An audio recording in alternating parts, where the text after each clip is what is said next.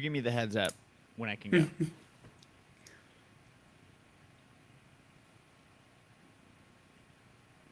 feel like there should be like background music. Did you say we're good, Claire? Yep. We're live. All right, here we go. Hey, everybody, welcome in to this week's edition of Building Teams with Teams & Co. I'm your host, Mike Vagalis, with my amazing co-host, Tracy Eames.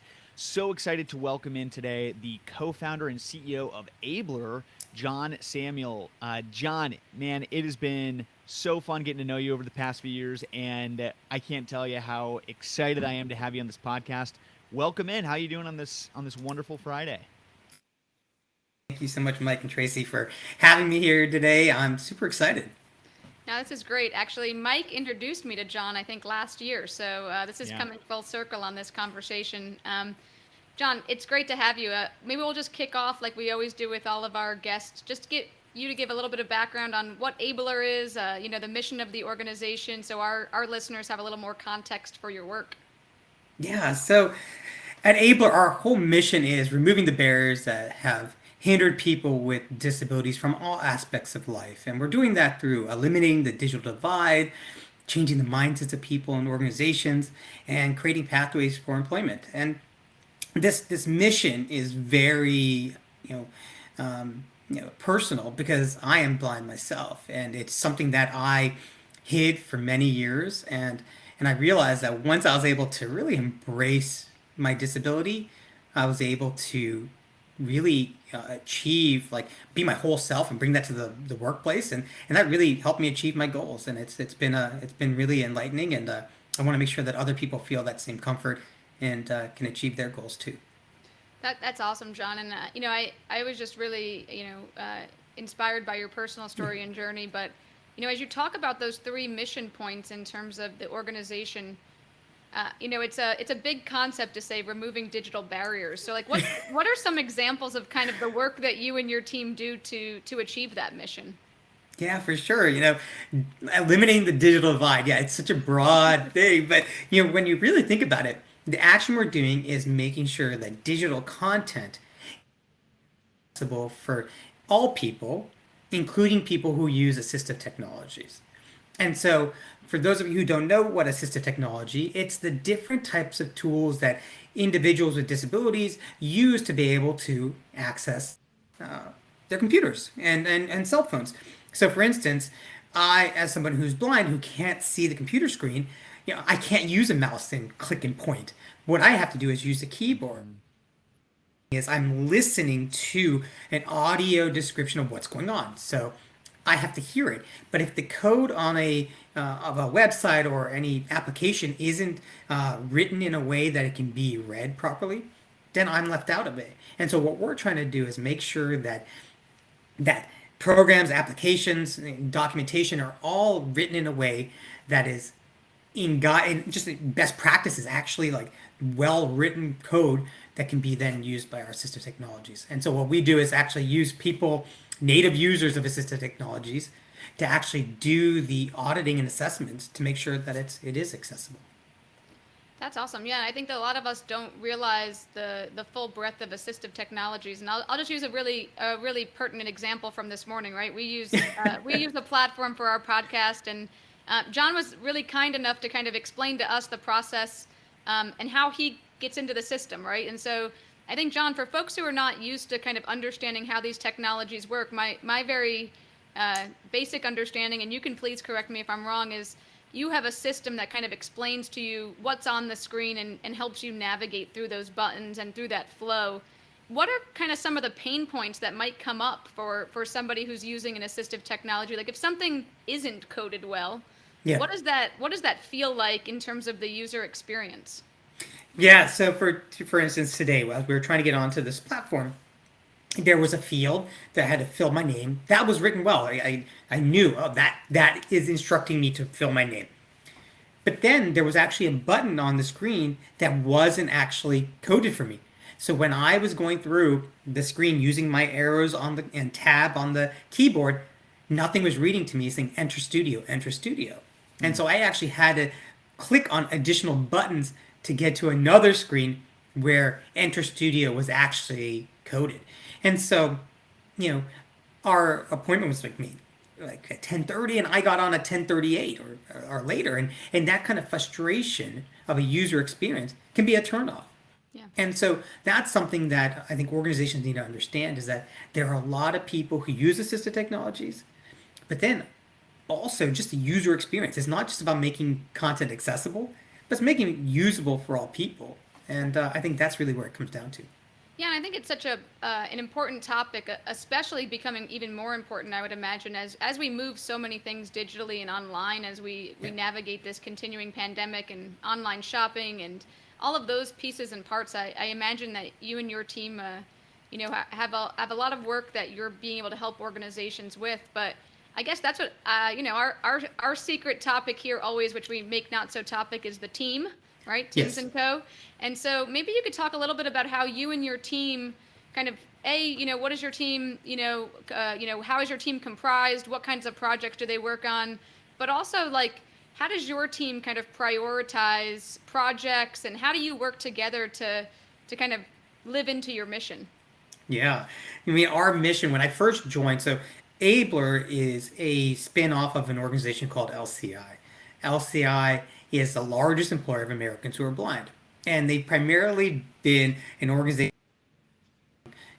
giving individuals who are blind jobs in manufacturing. And the former president of LCI really wanted to create technology-based jobs, create that upward mobility for individuals, that you're not only limited to working in a manufacturing facility, but you can actually get into these desirable jobs that people are all flocking to North Carolina for, all these tech jobs. Space for individuals who are blind in that space. And so that's what the whole mission was, how do we build a team of analysts who are blind and who can do this work? And so when we first built the team, the first individual that I onto the team, her name was Vaughn. She had graduated from undergrad. She's totally blind, but for 5 years, she didn't get a job. And for 5 years, she was only doing unpaid internships. Here's somebody who's blind, who graduated college on time, something I didn't do, somebody who did that on time, completely blind, and can't get a job. But in my mind, that's a problem solver, right? That's the kind of person everybody wants on their team. And so we built a team around her. And our initial team was 5 individuals, all of us who were blind or low vision. And so when we started doing accessibility testing, we're like, oh, let's go do this testing. It took us a year to learn how to do the actual testing in accordance with the Web Content Accessibility Guidelines. But what we realized was that our team, we were doing a presentation one time in front of 60 people, and we showed them how we do the accessibility, this tedious process. And we were so proud of ourselves. We did such a great job. And then somebody in the audience said, oh, what's that big pink banner on top of the screen? But our team was completely blind and low vision. We didn't see any pink banner. We're like, oh gosh, what's on? That was an accessibility issue that we just could not see. And so to us, we did all the accessibility check, but we weren't able to see.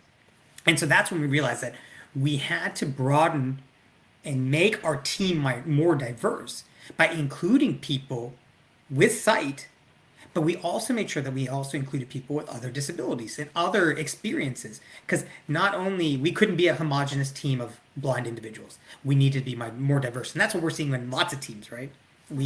Teams have to be diverse because we needed those other perspectives. And now our team is made up of people with sight, people without sight. And as a group, we work very closely together to go through digital content. And that way we make sure that we don't miss any experience that anybody would be feeling. And so that's one of the things about our team. And what makes us unique is that our team is made up of varying experiences, and we work together on a really collaborative manner to be able to give a holistic approach and a user experience for testing of people's digital content. Yeah, that's awesome. We often speak about kind of having diverse teams because you want to have different perspectives, right? Sometimes the kind of at the very simplest level, it's you don't think of some things if you don't think of some things, right? If you haven't experienced something, it doesn't maybe occur to you or come top of mind. And so when we're talking to groups and their teams, like, sharing your experiencing and sharing and having that diversity is super valuable, because everybody can be learning at the same time as they're also sharing their expertise. So it's this constant kind of the team growing together. So as you're thinking about your team, and it's January, so we're all thinking about kind of how do we prepare for the new year, and how do we be our best in 2022? And as you're thinking about developing your team and really living into that diversity and helping people learn and helping people share their experience, how do you plan for that as a leader? How do you start to set up the cadence of your team and the communication of your team that you can really get the most and the best experience for your team in the coming year? Yeah, I mean, it's very interesting because we actually, I'd say over the last 6 months, our team really started coming together and our communication started improving. And, and we're carrying that momentum into this year. And so, and one of the things that the biggest pieces was us actually jumping on these morning huddle calls and really, talking about the work stuff, but also because we're all remote right now, just making sure that we are all just, we understand what's going on in each other's lives, that we can have that empathy. And so, one thing I often talk about is empathy. Proximity builds empathy. At a physical proximity, right now, we can have that on those daily huddle calls. And before I used to be a stickler. I'm like, hey, 15 minutes, we got to get off, go get back, get to work. And now it's like, hey, I'm the first one we call mullet meetings. We get the business taken care of in the front, and then on the back end of the meeting, we can have that personal time. So we have those mullet meetings, and that's really changed the morale of the team. And I think as we look at this year, I'm okay with more mullet meetings because that means our team is getting along together, that we're that empathy for one another, even though we're not next to each other. And that's what when we're really, our most hires, we realize it doesn't matter what your background. You may be from the best universities, you may have the best experience, big company names, but if you don't fit in that culture who wants to participate in a mullet meeting with us, then that's maybe not the right fit for us. And so that's really where we're now. One of the things we've been joking about is we have been playing our monthly meeting as a game, like 2 truths and a lie. And so we were joking that in our interview process for new people on our team, we need to have them ask them, give us 2 truths and a lie and let us guess. And because that's the kind of people we want on our team.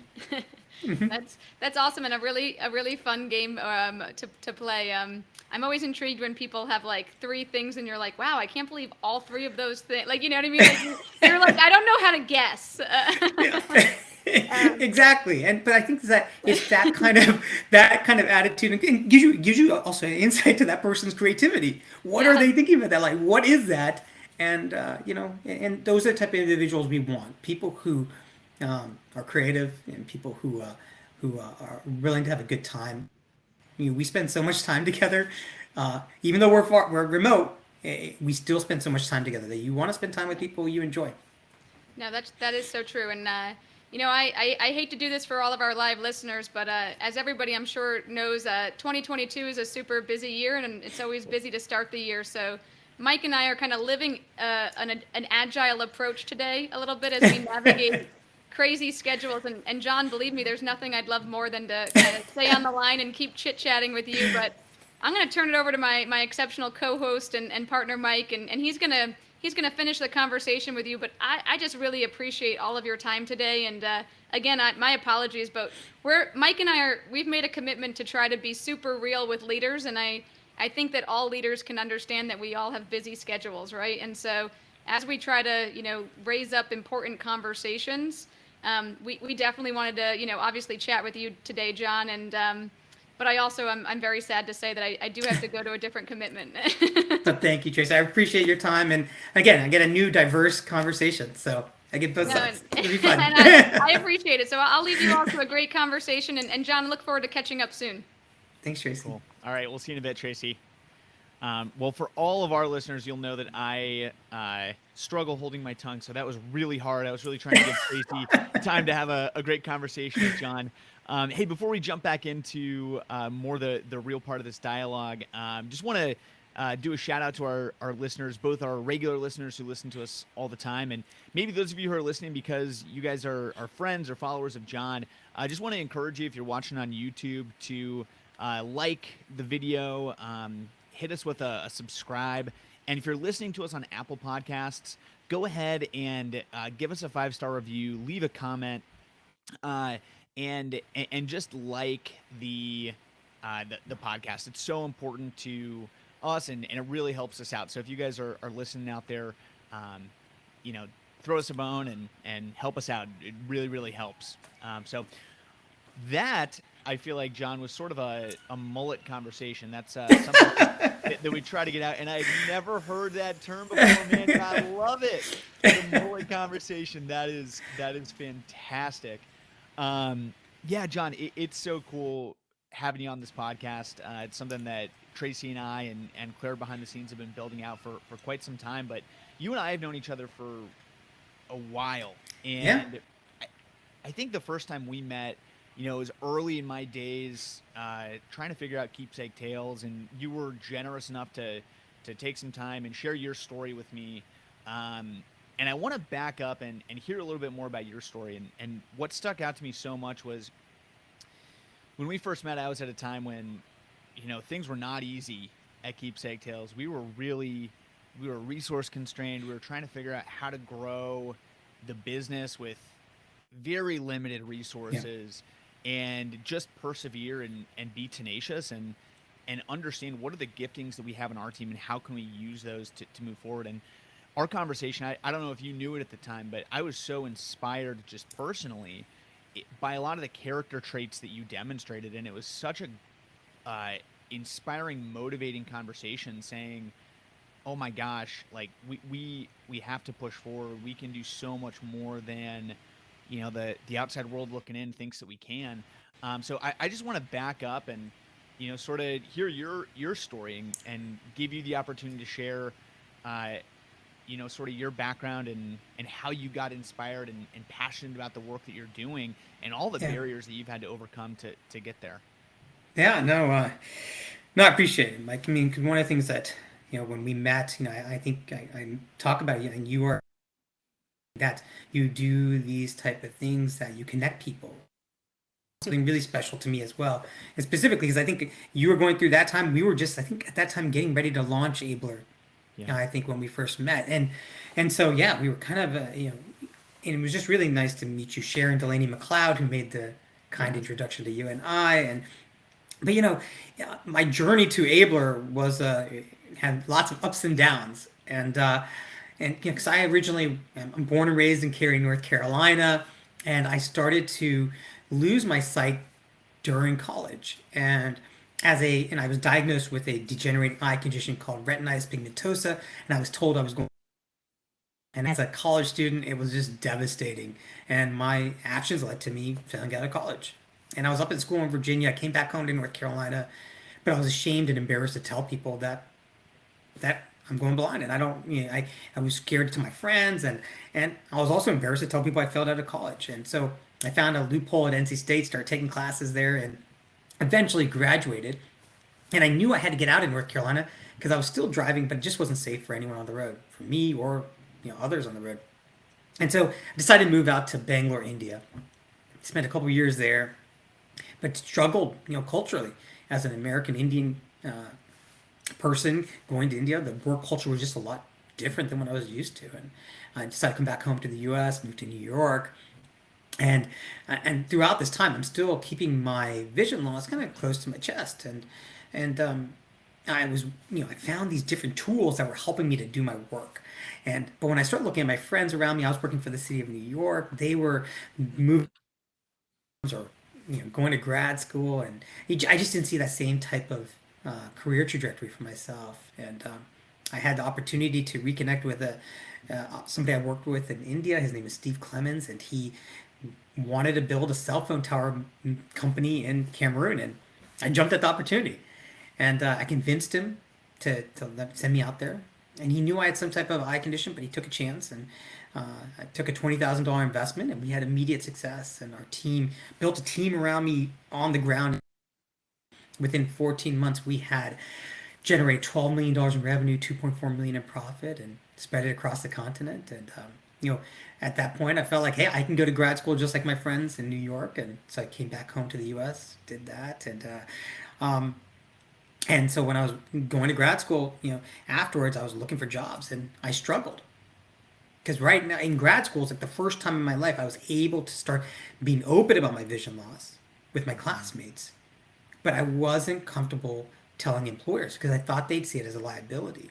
And when I reflect back on it, I realized that maybe I thought it was a liability. And maybe that's why I thought employers would see it as a liability. But I ended up landing on my feet with a crowdfunding platform where we raise money for companies in emerging markets. And but a few years after that startup, the company folded, and I was out of a job again.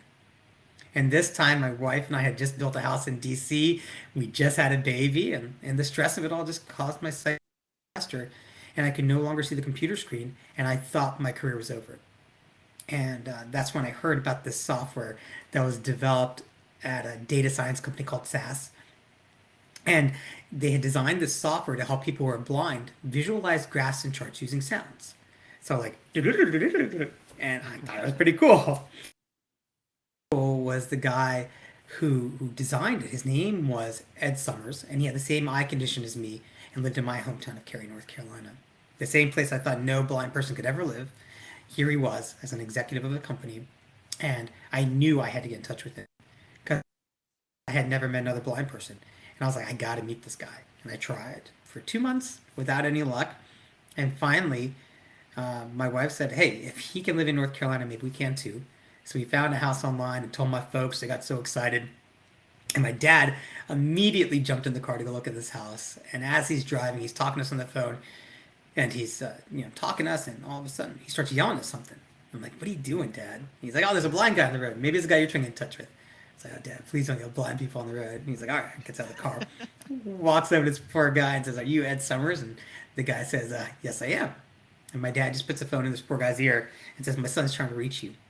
And so after apologizing to him profusely, he agreed to meet me. I came down, and he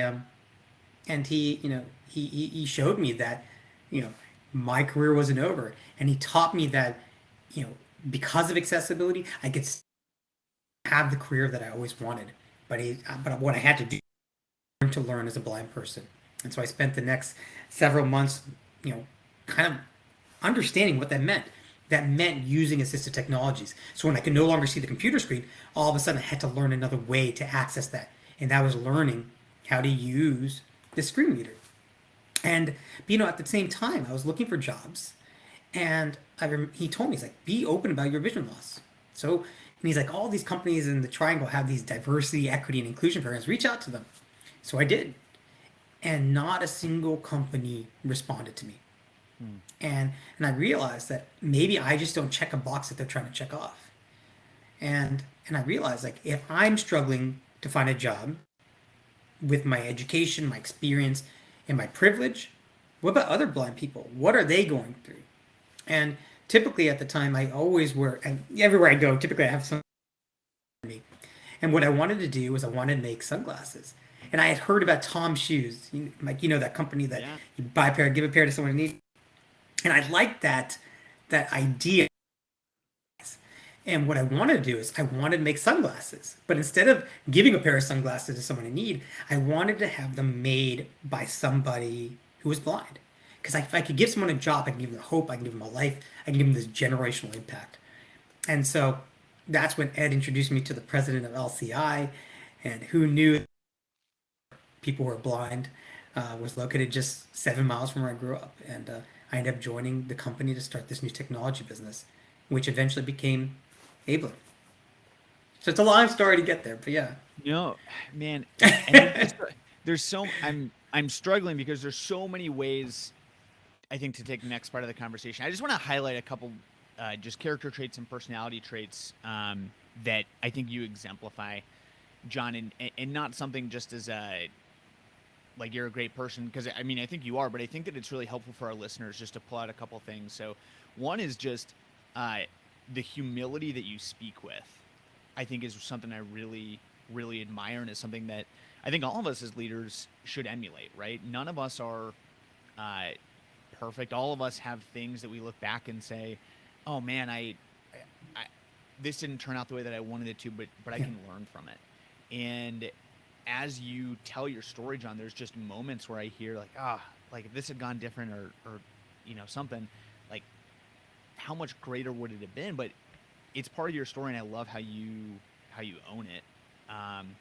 Two is just like the obvious resilience and perseverance and grit, and understanding how do you take your circumstance and find a way to keep pressing forward and keep moving forward, and ultimately finding your way into something that's not just a job or not just a career.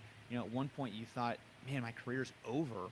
Now you don't just have a career, but you have something that truly is a calling, and something that is, you are uniquely gifted, and all of those experiences leading up to it put you in a position to truly be a leader who understands the pain points so viscerally. And you've assembled this incredible team working to solve a very, very real, very, very important problem. So I just think that, perseverance, grit, humility, confidence in yourself. It's not humility, just, unbounded humility, but it's humility that is combined with a confidence in your, rooted in your ability, rooted in, you're somebody who has seen and driven and created success. So I don't know. I just think there's a lot, a lot there for our listeners to take away from. No, it's super kind of you to say, and it's interesting. There's a couple words that kind of really stick out. When you talk about the confidence and you talk about the grit, because the interesting thing, as I mentioned when we were talking to Tracy, is like 6 months ago, there was this shifting. There's a turning point in our company. 6 months ago, like June, that time frame, I didn't know if our company was going to be around. There was a lot of just kind of negative. And we had this meeting, this internal meeting, and we got with my leadership team, and we were like, I broke down. I started crying. I said, I don't even know if we're going to be here. Like, I think this is just, we're going to end here. And at some very difficult decisions, because our business just wasn't where it should be at that point. It had only been 9 months, but our investors were starting to get weary, because where's the money? And so we had to let go of a couple people. And once we did, it was interesting. Our team, we kind of came up, like, we were at this meeting, we said we have to just come up with core values, because we had a 2-day meeting, nothing was the core values. And we said we actually, the acronym is GRIT. It was growth mindset, relationships, initiative, and trust. And once we had that grit for our team really rallied around it.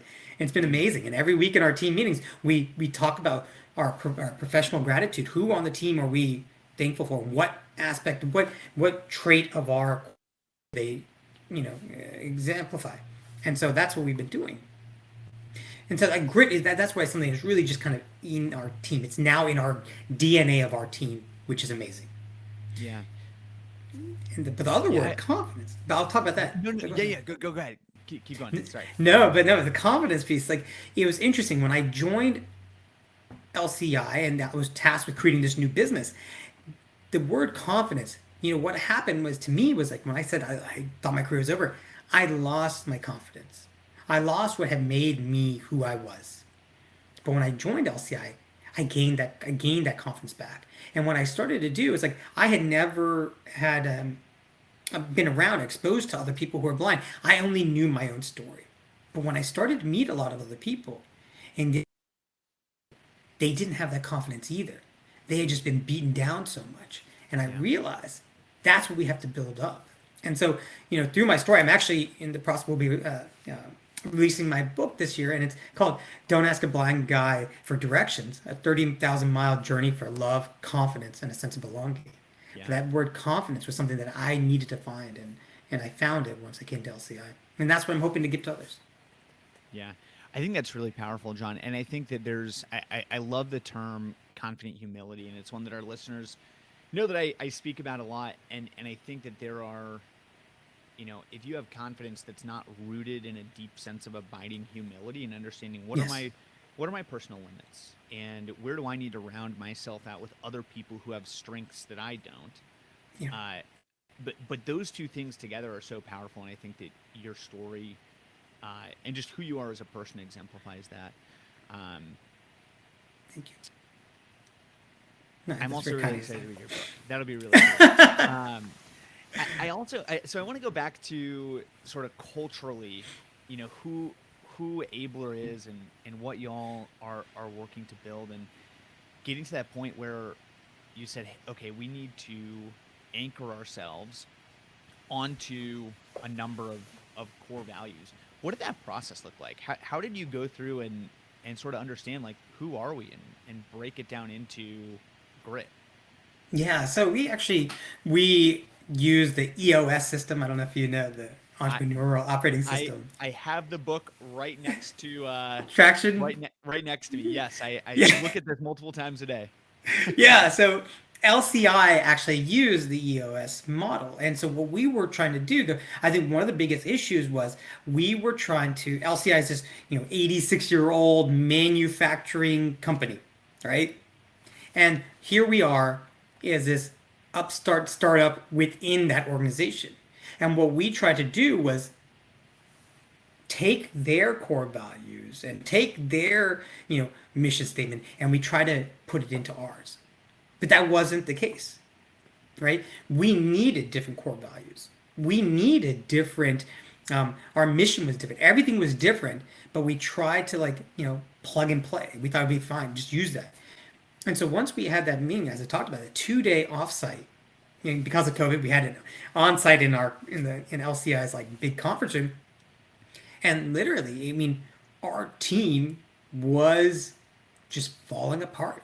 And as we looked at, we realized, think about the traits of individuals on our team. And I think we didn't do that intentionally. It just happened.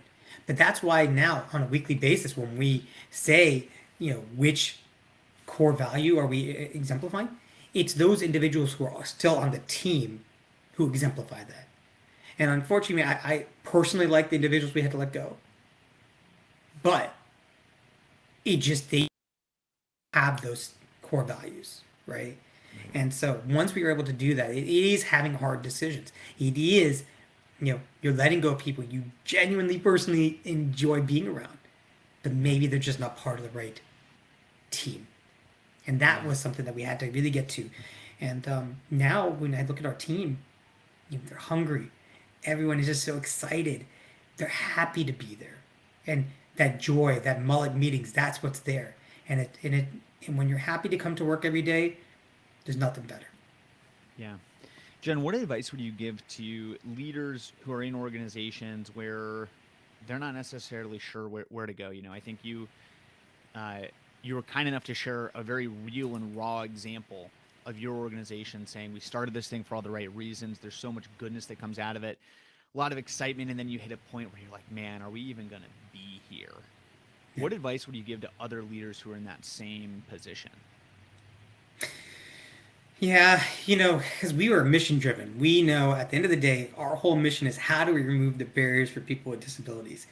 And I think that was our North Star, was that we were just, and again, sometimes you may get clouded. You're like, oh, you put the blinders on, you're like, that's all we're trying to do. Mm-hmm. But at the same time, that's when we said we actually had to take off the blinders and say, yes, that's our North Star, things that we have to deal with. And once we were able to deal with those other things, it then allowed us to see more clearly, right? And I didn't realize that's sometimes what individuals have to go through. It's like, yes, stay focused to your mission, but make sure that the path is clear. And so if you need to remove other barriers that are standing in your way or other obstacles that you can foresee for you to get there, break it down, right?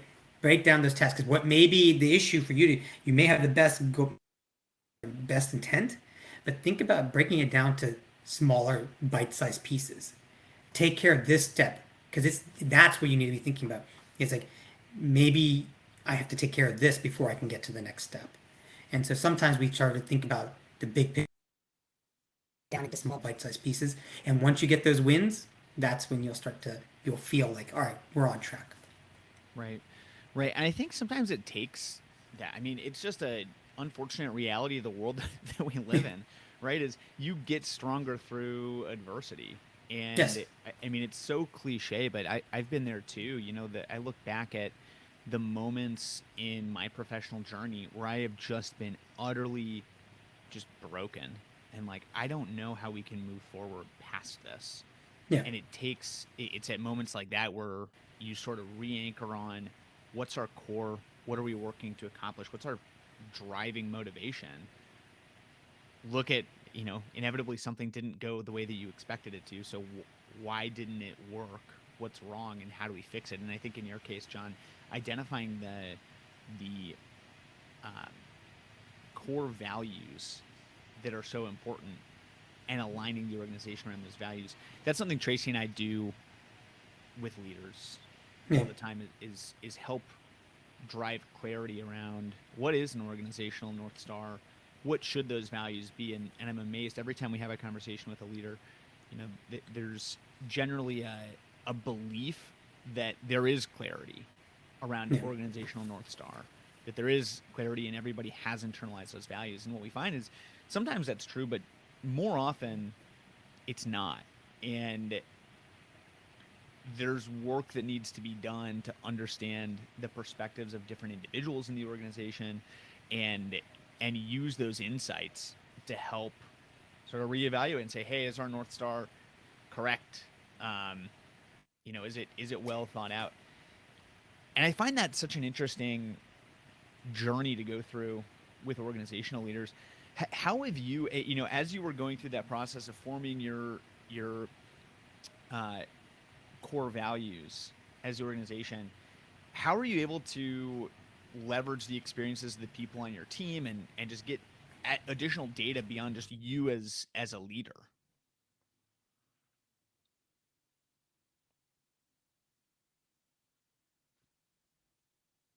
Oh, looks like I might be freezing up. Sorry, Mike. Can you hear me? Oh, yes, Yeah. I got you. I'm so sorry. I asked my question and then I think my computer froze. I Oh, no worries. No worries. I was gonna say, because I think in the very beginning, going back to this, one thing that we used to constantly hear from the team was, it's clear in your mind, John, but it's not clear for us. Sure. Right? And so too much of the time, I was spending my time as a leader kind of thinking it's this roadmap. And this is the goal, we're going to get there. But it was really, now it's very much more of a collaborative team effort towards this. And so now it's no longer my head, it's clear what the team is doing. And so we shifted it from me driving to the team driving. And, and that, we're 10 people team. But right now, that's what we needed to get past that obstacle. And now my partner and I were now starting to think about what's next? What's the next steps? What's the next thing we have to work on? But, what we needed at that moment was to bring the team, get them involved in every aspect of our direction. Because that was how we needed buy-in from everyone. Because otherwise, it was just one person telling people versus now all people sharing in that vision. Yeah. Cool. Well, John, I know that we're wrapping up, or we're getting close to time here, and I don't want to leave without asking. I've got a couple more questions. First is going back from a team building perspective, and I think we all sort of hear the diversity and inclusion talked about a lot, and everybody sort of says, "Oh yeah, I agree with diversity and inclusion," but it's hard to implement. And I think oftentimes we think about D&I as I don't know, like race or age, and you're really at the forefront of thinking about it in a different way and saying, like, for y'all, hey, we had a bunch of people who struggled with sight or low vision or blindness, and we needed diversity by bringing in people who can see but maybe experience challenges in other parts of their lives, so they also have the perseverance and resilience, and they know what it looks like to overcome some real obstacles. What advice would you give to leaders, employers, just whoever's listening to this podcast right now, in terms of building a team that actually is well-rounded out, that actually does have, that leverages the power that comes with more true and inclusive organizations? Yeah, I mean, the first thing I'll start with is that there's a business case for diversity, equity, inclusion. Organizations that are more diverse and more inclusive will have higher return. They will have greater innovation. They will, be more successful. That's shown by the data that we see with more diverse organizations. But is not something you can just snap your fingers and it's going to happen. You literally have to be intentional about it, Yeah. right?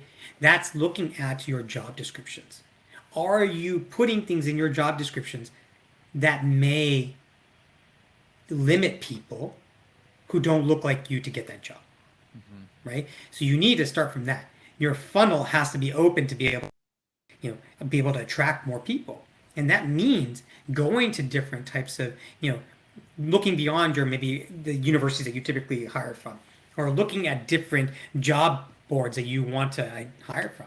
You have to be intentional about that and making sure that your funnel and things are not you don't have these unconscious biases that are restricting people from wanting to join there. And I think once you're able to do that and be more intentional about it, and that's what it comes. And being humble about it. I mean, going back to this is everyone's learning. Everyone's still learning about this. It's like, how can we be more inclusive leaders? How can we build a more diverse team? And it's like talking to people, being more open. And it goes back to that proximity builds empathy. Spending time with people who are different than you will help build that. Yeah. Yeah, I think it's really true. The past couple of years have been so eye-opening and in so many ways for so many people, and I think that the emphasis on trying to build a more inclusive world is it's the right direction, and it's important to note, to your point, John, that we're all on a journey, and we're not going to get there alone, and I think we all have learning still to go. So yeah, but John, it's so cool to have you on this podcast, man. Before we close, we'd just love to encourage you to share, if there's anything that you want to share about how our listeners can get involved with Ablr, or maybe if we have people who are, business owners and are sitting here wondering, like, man, how do I make my website more inclusive and accessible? Where can people find you? How do you encourage people to engage with you and Ablr? Yeah, fantastic. Thank you so much for this. Definitely, check us out on www.ablr360.com. That's ablr360.com. And so even on social media, our it's at ablr360. And my personal, I am quite active on LinkedIn. I spend most of my share my insights and my experiences on. So please follow me on that. That's and that John G. Samuel. Again, I mean, I appreciate this because it is all about the awareness, talking to people. And I actually do an interview show on LinkedIn Live every couple of weeks, and it really is sharing those stories, because I think that's why I love that you and Tracy are allowing me to share my story, because my hope is that my story will show businesses that it personalizes, it humanizes accessibility. Accessibility now, when you think about it, is like, oh, could John come to my website and actually use my site? Could John come to my website and buy my products? Right? That's what I want you to think about, is now, even if you don't know somebody who's blind or somebody who has a disability, and my story. And I hope that story helps build, gives you a little bit closer insight of what people are going through. Yeah. Yeah. Well, John, it is such a pleasure having you on again. I cannot wait to keep in touch with you in 2022 and for many years beyond that. We will include for our listeners all those links that John talked about in the show notes. So be sure to check out the show notes wherever you're listening. Again, like the podcast, subscribe, hit us with a comment, 5-star review, all those good things. And be sure to check out John. I've had the privilege of being friends with John or connections with John on LinkedIn for quite some time, and love all the content that you put out. It really is so not only inspiring, but also just tactical and helpful. And I've found little nuggets here and there that I've been able to apply into my daily world. So really appreciate everything, John. And we'll keep in touch with you and hope to bring you back on this podcast at some point here soon and do another check-in on what's happening with Ablr. For sure. This is awesome. Thank you so much. And thank Tracy again. Yeah, we'll do.